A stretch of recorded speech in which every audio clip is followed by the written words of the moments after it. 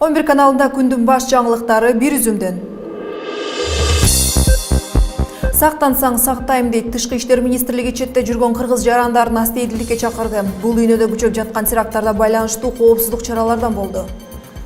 Кыргызстанда кылмыштуулук азайып, былтыр коомдук жайларда орун алган мыйзам бузуулар саны 5%ке кыскарды. Өлкөдө бейбаштык, зордуктоо, тоноо мыйзам бузуулары көп катталары белгилүү болду. Иранга каршы санкциялардын алынышы менен дүйнөдө мунайга болгон баа соңку 13 жылдагы рекорддук чекке түштү. Лондон биржаларында бүгүн $1 баррель мунай $28 да арзандап кетти.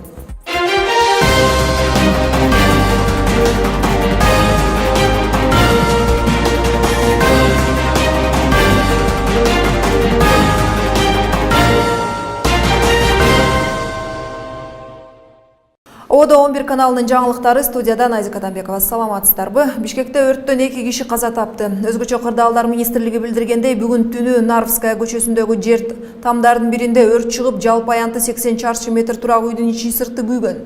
Куткаруучулар ал үйдөн 82 жаштагы Раиса Бурлуцкая жана анын 55-теги уулу Евгенийдин жансыз денесин табышкан. Учурда милиция кырсыктын себебин тактоодо. Өрт өчүрүү кызматынын маалыматы боюнча соңку 1 суткада Кыргызстан аймагы боюнча 9 өрт кырсыгы катталды.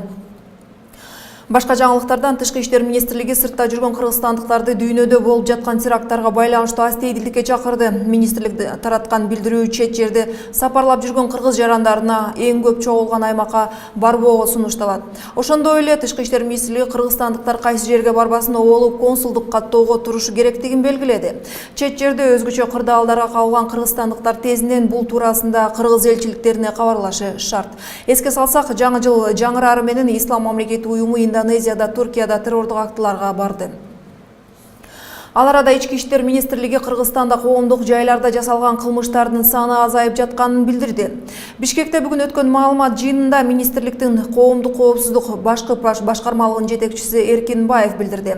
Айтымында 2015 жылы катталган кылмыштардын жалпы саны мурдагы жылга салыштырмалуу 5%га кыскарды. 2014 жылы Кыргызстан аймагында коомдук жайларда 3135 тартип бузулса, былтыр 2971 кылмыш катталган. Алардын көбү бейбаштык, зордуктоо, тоноолор түзөт.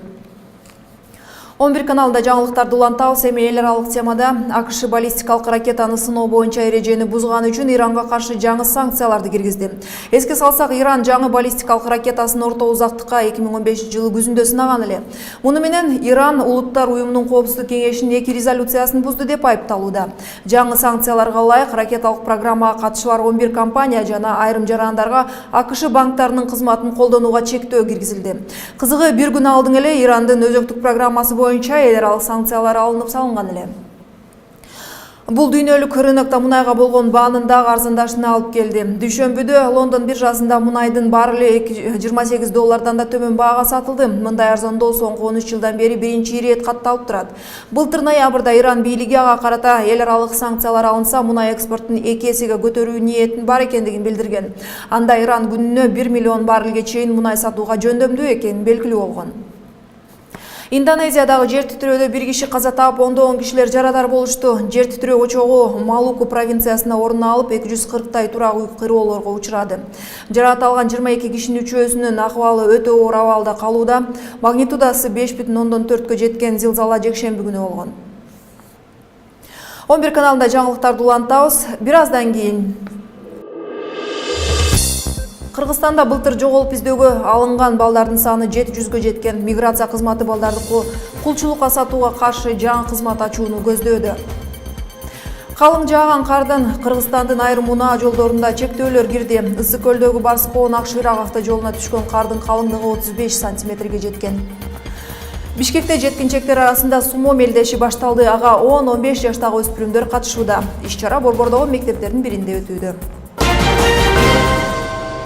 Эми булар туурасында кененирээк мазмунда. Кыргызстанда аба ырайы кескин өзгөрүп, абанын температурасы күндүзү -3, түнү -8ге түштү. Өзгөчө кырдаалдар министрлиги ысык көлдүн айрым аймактарында өткөн түнү 30-35 сантиметр кар жааганын билдирди. Бүгүн облустагы кар калың жааган Барскоон Акшыйрак унаа жолун тазалоо иштери жүрдү.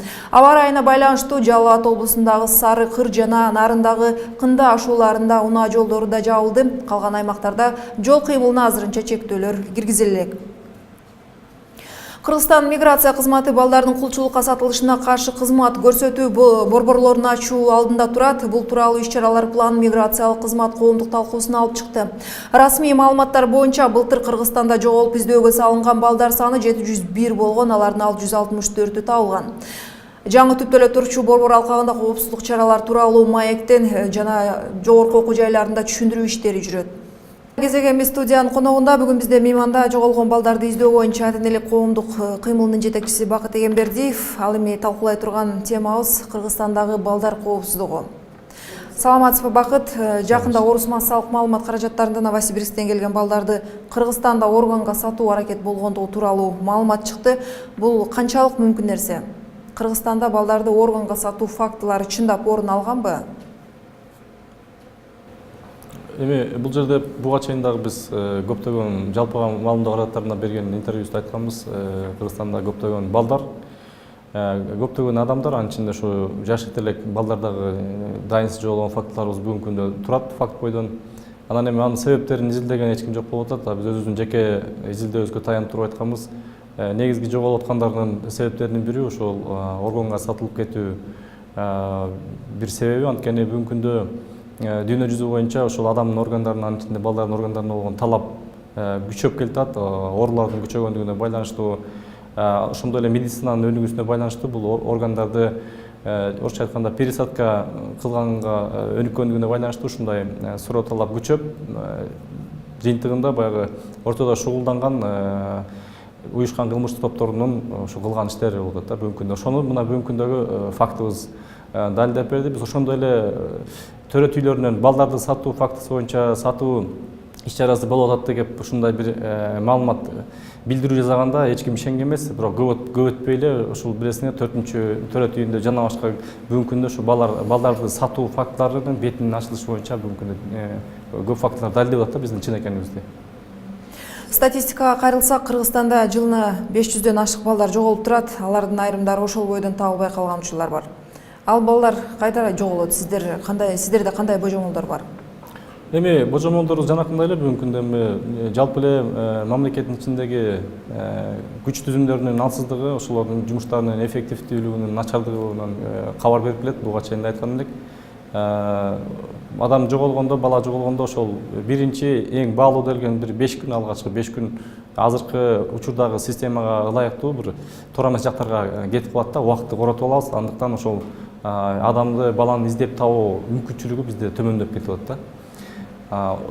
Соңку кезде мас болуп балдарын жоготкон же карабай коюп балдарды адашып кеткен учурлар көп катталчу болду. Ата-энелер жоопкерчилигин караган мыйзамдык чара керек деп ойлойсузбу?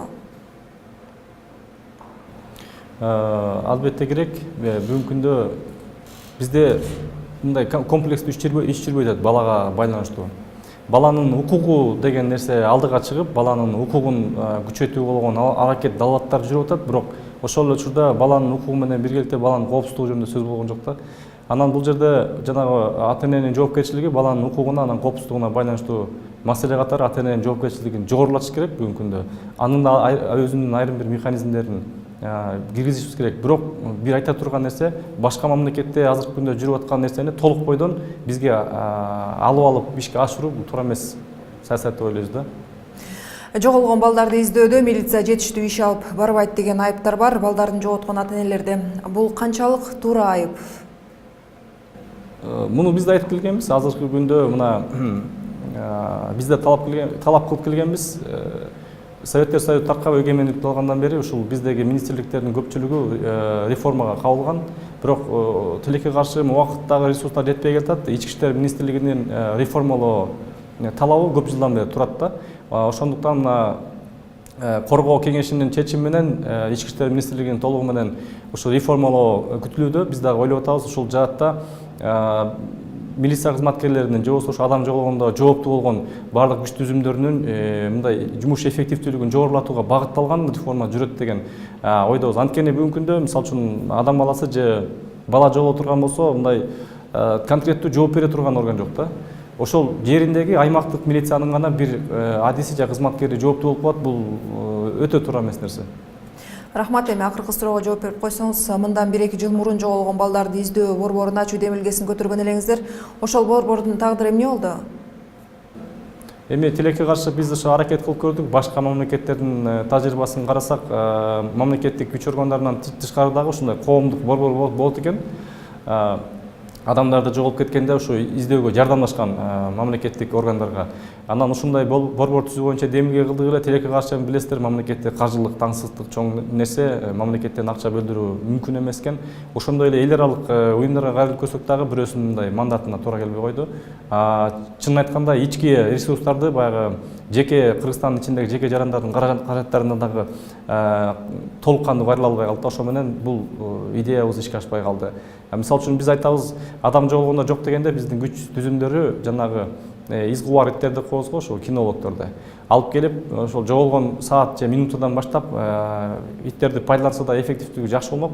Анан тилекке каршы биздин азыркы акыбалыбыз ушундай иттерди да кармаганга шарт мүмкүнчүлүгүбүз жок да.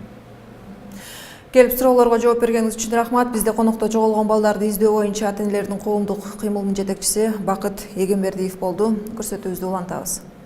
11 каналында жаңылыктарды улантабыз. Борбордук шайлоо комиссиясы Кыргызстан фракциясынын 2 депутаты боюнча сот өкүмүнө каршы жогору сотко кайрылганын жатат.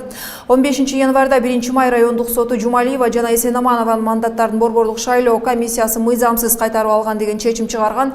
Жогорку сотто шайлоо комиссиясы качан кайрылары белгисиз. Эске салсак, 2 депутаттын мандатын ажыратуу боюнча сунушту борбордук шайлоо комиссиясына Кыргызстан фракциясы өзү берген. Борбор Азия жаңылыктарынан президент Ислам Каримов 2015 жылы Өзбекстанда эмгек акы дээрлик 22%га көбөйгөнүн билдирди. Өткөн жумада өткөн өкмөт жыйынында Каримов Өзбекстан экономикасы жогорку деңгээлге өсүп атканын белгиледи. Былтыр өлкөдө чеккене товар алмашуу көлөмү 15%га, ал эми ишкерликтен түшкөн киреше 52%га көбөйгөн. Ошондой эле Каримов өзбекстандыктар эл аралык бактылуулук индексинде 2010 жылы 60-орунду алса, былтыр 40-орунга чыга алды деп мактанды. Эске салсак, эл аралык коомчулук Өзбекстанда адам укугу жаатында олуттуу мыйзам бузуулар бар деп сындап келет. Соңында эми спорт жаатында бүгүн Бишкектеги 88 мектепте сумо боюнча жеткинчектер арасында мелдештер башталды. Жарышка Кыргызстанда 2000-2005 жылдар аралыгы туулган өспүрүмдөр балдар катышууда. Сыйлыктар 8 салмак категориясы боюнча каралган.